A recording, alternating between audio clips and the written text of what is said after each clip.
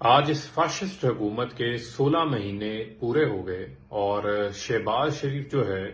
جس کو یہ کہتے تھے یہ بڑا بہترین ایڈمنسٹریٹر ہے، یہ بہترین ایڈمنسٹریٹر ثابت نہیں ہوا بلکہ یہ بدترین ایڈمنسٹریٹر ثابت ہوا ہے اور یہ نالائق اعظم ہے۔ سب سے بڑا جو جرم ان لوگوں نے کیا ہے وہ ان کی ترجیحات کیا تھی؟ وہ ترجیحات میں سب سے پہلی چیز ان کی شامل تھی اپنے مقدمات کو معاف کروانا، نیب قوانین کے اندر ترامیم کر کے، ایف آئی اے کے پروسیکیوٹر کو بدل کر، اپنی مرضی کی تفتیشی ٹیم لگا کر شہباز شریف نے اپنے ٹی ٹی کیس معاف کروائے، نیب کے کیسز معاف کروائے، اسی طرح آصف علی زرداری نے اپنے کیسز معاف کروائے، فضل الرحمان نے ہاتھ دھوئے، اسی طرح جو کیئر ٹیکر سیٹ اپ آیا اس میں انہوں نے کرپشن کی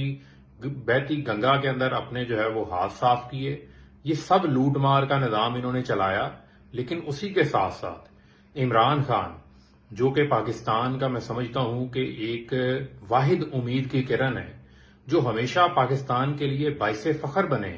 چاہے وہ کرکٹ کے میدان میں ہو، چاہے وہ سوشل ورک کے میدان کے اندر ہو، چاہے وہ ان کی تعلیمی میدان کے اندر، چاہے وہ نمر یونیورسٹی ہو، چاہے وہ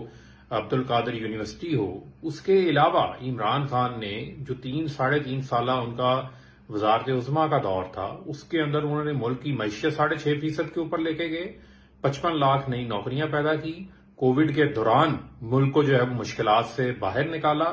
ملک کو بینک ڈیفالٹ ہونے سے بچایا، ایف اے ٹی ایف کی جو تلوار لٹک رہی تھی وہ سارا کام تو عمران خان کے دور حکومت کے اندر ہوا۔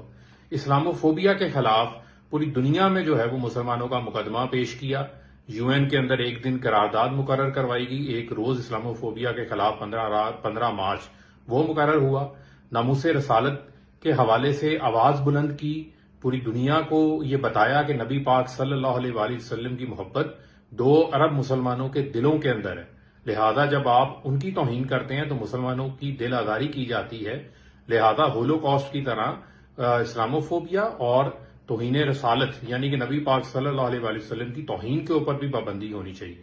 اس کے علاوہ عمران خان کا ہیلتھ کارڈ کا منصوبہ دیکھ لیں، عمران خان کا میرا اپنا گھر میرا خواب کا منصوبہ دیکھ لیں، کامیاب جوان پروگرام دیکھ لیں، لنگر خانے تھے، پناہ گاہیں تھی، کوئی بھوکا نہ سوئے گی ان کے پروگرام سے۔ اس کے علاوہ بے شمار ایسے پروگرام ہیں جو عمران خان نے اپنے 3 سالہ دور حکومت کے اندر دیے۔